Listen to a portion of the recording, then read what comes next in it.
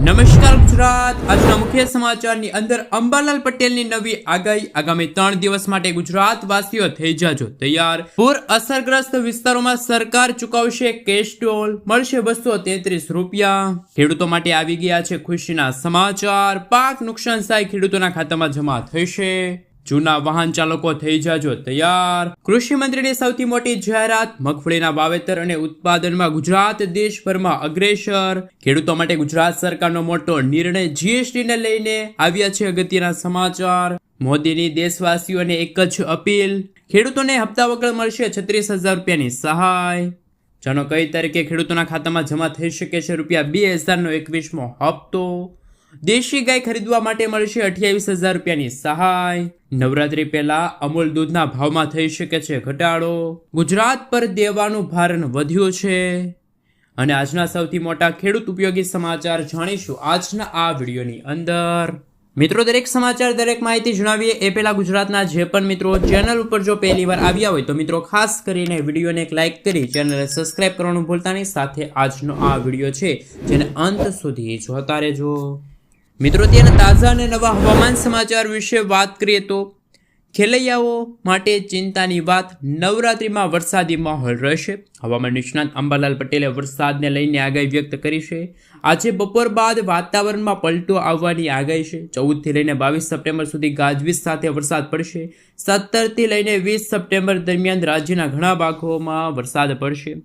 દક્ષિણ ગુજરાત, સૌરાષ્ટ્ર, અન્ય કેટલાક ભાગોમાં વરસાદ પડવાની આગાહી અંબાલાલ પટેલે વ્યક્ત કરી છે। અંબાલાલ પટેલના જણાવ્યા અનુસાર દક્ષિણ ગુજરાતમાં 1થી લઈને 4 ઇંચ સુધીનો વરસાદ પડશે। અમદાવાદ, ગાંધીનગરમાં પણ અતિશય ભારે વરસાદ પડશે તેવી આગાહી અંબાલાલ પટેલે વ્યક્ત કરી છે। બીજી તરફ ભારતીય હવામાન વિભાગ અનુસાર આ વર્ષે દક્ષિણ પશ્ચિમ ચોમાસાની વિદાય 15 સપ્ટેમ્બરથી પશ્ચિમ રાજસ્થાનથી શરૂ થવાની સંભાવના છે। આ સામાન્ય સમય કરતાં 2 દિવસ વહેલું છે, કારણ કે સામાન્ય રીતે ચોમાસું 17 સપ્ટેમ્બરની આસપાસ પરત ફરવાનું શરૂ કરે છે। આ વર્ષે 8 દિવસ વહેલું ચોમાસું આવ્યું હતું અને સમગ્ર દેશમાં 9 દિવસ વહેલું ફેલાયું હતું। દેશમાં અત્યાર સુધી સામાન્ય કરતાં 9%થી પણ વધુ વરસાદ નોંધાણો છે। મિત્રો, તે વિશેના સમાચાર વિશે વાત કરીએ તો ગુજરાતના મોટા ભાગના વિસ્તારોમાં ભારે વરસાદ વરસ્યો હતો, જેમાં બનાસકાંઠા જિલ્લામાં પણ ભારે વરસાદ અને પૂરના પગલે વ્યાપક નુકસાન થયું છે। આ પૂરથી થરાદ, વાવ, સુઈગામ અને ભાંભર જેવા વિસ્તારમાં સૌથી વધુ પ્રભાવિત છે। અને આ પરિસ્થિતિને ધ્યાનમાં રાખીને ગુજરાત સરકારે અસરગ્રસ્ત લોકોને નાણાકીય સહાય જાહેર કરી છે। 18 વર્ષથી ઉપરની ઉંમરના જે લોકો છે, વ્યક્તિઓ છે કે જેમને દરરોજના 233 રૂપિયા કેશ ટોલ આપવામાં આવશે। આ માટે તલાટીઓ આજથી ફોર્મ ભરવાની પ્રક્રિયા શરૂ કરે છે।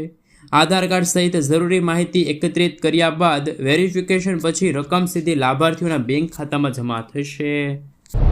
મિત્રો, ત્યાં વિશેના સમાચાર વિશે વાત કરીએ તો જૂની કારના માલિકો માટે આવ્યા છે ખરાબ સમાચાર। જો તમારી પાસે 20 વર્ષ જૂની કાર છે તો તમારા માટે ખરાબ સમાચાર છે।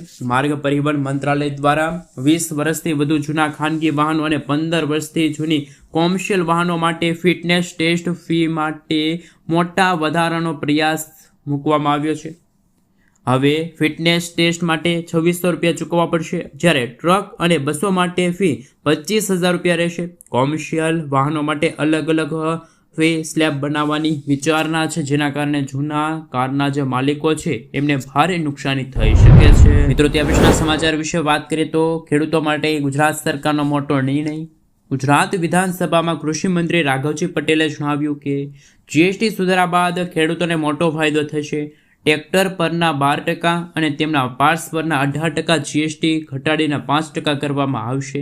પરિણામે ટ્રેક્ટરની કિંમત પર 35,000થી 40,000 રૂપિયા સુધીનો વધારાનો લાભ ખેડૂતોને મળશે। કૃષિ યાંત્રિકીકરણ યોજના ખેડૂતોને પણ ઘણો લાભ આપવા માટે સાધનોની ખરીદીની સમય મર્યાદા 22 સપ્ટેમ્બરથી આગામી 30 દિવસ સુધી લંબાવવામાં આવી છે। મિત્રો, ત્યાં વિશેના સમાચાર વિશે વાત કરીએ તો અગત્યના સમાચાર કે ગુજરાત પર દેવાનું ભારણ વધ્યું, કારણ કે કેન્દ્ર સરકારના રિપોર્ટ મુજબ ગુજરાત પર દેવાનું ભારણ સતત વધી રહ્યું છે। છેલ્લા 5 વર્ષમાં રાજ્ય સરકાર કેન્દ્ર સરકાર પાસેથી લીધેલી લોન 2.5 ગણી થઈ ગઈ છે। વર્ષ 2019-20માં 7,433 કરોડ રૂપિયાની લોન વધીને 2023-24માં આ રકમ 17,500 10 કરોડ થઈ ગઈ છે. આ ઉપરાંત રાજ્ય સરકારનું કુલ દેવું પણ આ 5 વર્ષમાં 3.25 લાખ કરોડથી વધીને 4.14 લાખ કરોડ રૂપિયા સુધી પહોંચ્યું છે. મિત્રો ત્યાં પછીના સમાચાર વિશે વાત કરીએ તો અગત્યના સમાચાર સામે આવી રહ્યા છે. મિત્રો આપને જણાવી દઈએ તો હાલ મગફળીના જે ખેડૂતો છે એમના માટે સારા સમાચાર. કૃષિ મંત્રીના જણાવ્યા અનુસાર મગફળીના વાવેતર ઉત્પાદનમાં ગુજરાત દેશમાં અગ્રેસર રાજ્ય બન્યું. આ વર્ષે 22 લાખ હેક્ટરથી પણ વધુ વિસ્તારમાં વાવેતર થયું, જેના કારણે 66 લાખ ટન રેકોર્ડ બ્રેક ઉત્પાદન થવાનો અંદાજ છે. આ દેશમાં કુલ ઉત્પાદનમાં 50% ફાળો ભજવશે. મિત્રો આપણે જણાવી દઈએ તો ગત વર્ષે 3.67 લાખ ખેડૂત પાસેથી 8,795 કરોડ રૂપિયાની મગફળી ટેકાના ભાવે ખરીદાઈ હતી.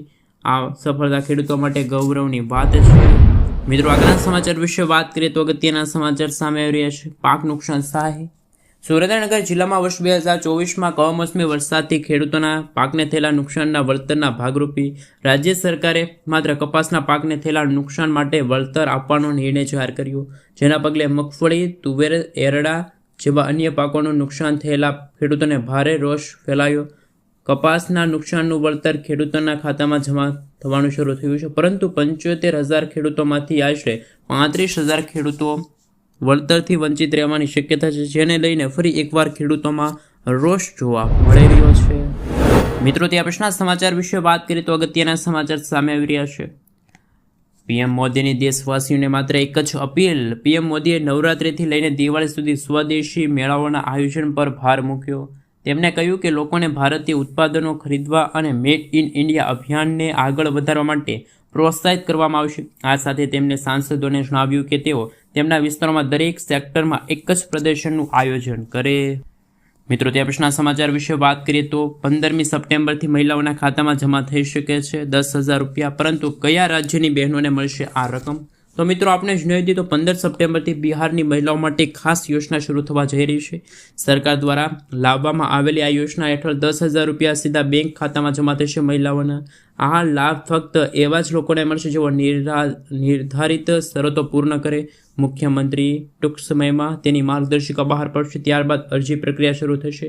ગ્રામીણ વિસ્તાર વિભાગે આ સંપૂર્ણ તૈયારી હાથ ધરી અને તેનો પ્રથમ તબક્કો 7 સપ્ટેમ્બરથી લાગુ કરવામાં આવશે. મહિલાઓ આ યોજનાને લઈને ખૂબ જ ઉત્સાહિત છે, કારણ કે તેને આર્થિક મજબૂતી અને રોજગાર વધારવા માટે વધુ એક પગલું ભરવા માટે સન્માન મળશે. પરંતુ તમને જણાવી દઈએ તો આ યોજના લાભ લેવા માટે મહિલાઓ પાસે ડોક્યુમેન્ટ હોવા જરૂરી છે અને માત્ર બિહારની સરકારે આ યોજનાની જાહેરાત કરી છે. ગુજરાતમાં આવી કોઈ યોજના શરૂ નથી, એટલે કે ગુજરાતની બહેનોને આવી યોજના અંતર્ગત લાભ નહીં મળે. પરંતુ આવનારા દિવસોની અંદર શું મિત્રો ગુજરાત રાજ્યમાં પણ મહિલાઓ માટે કોઈ આર્થિક સહાય રૂપી યોજનાની શરૂઆત થવી જોઈએ કે ના થવી જોઈએ? ખાસ નીચે કોમેન્ટ બોક્સમાં કોમેન્ટ કરીને જરૂરથી જણાવી આપજો.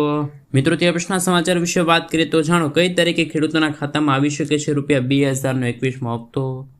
તો મિત્રો આપણે જણાવી દઈએ તો કે પ્રધાનમંત્રી કિસાન સન્માન નિધિ યોજના વિશે તો તમે જાણતા જ હશો, પરંતુ આપની જાણકારી માટે જણાવી દઈએ તો આ યોજના હેઠળ ખેડૂતોના ખાતામાં દર વર્ષે 6,000 રૂપિયા અને દર 4 મહિનાના અંતરાલ સાથે 2,000 રૂપિયા ખેડૂતોના ખાતામાં ટ્રાન્સફર કરવામાં આવે છે.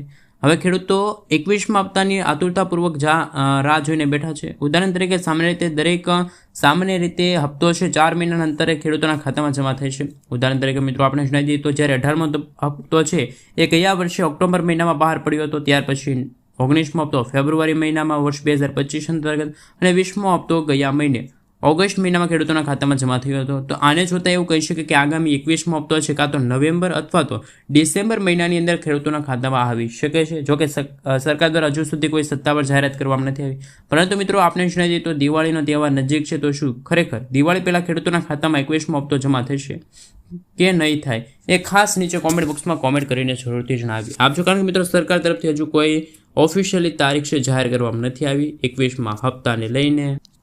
મિત્રો આગળના સમાચાર વિશે વાત કરીએ તો શું નવરાત્રી પહેલાં અમૂલ દૂધના ભાવમાં થઈ શકે છે ઘટાડો કે પછી ઘટાડો નહીં થાય?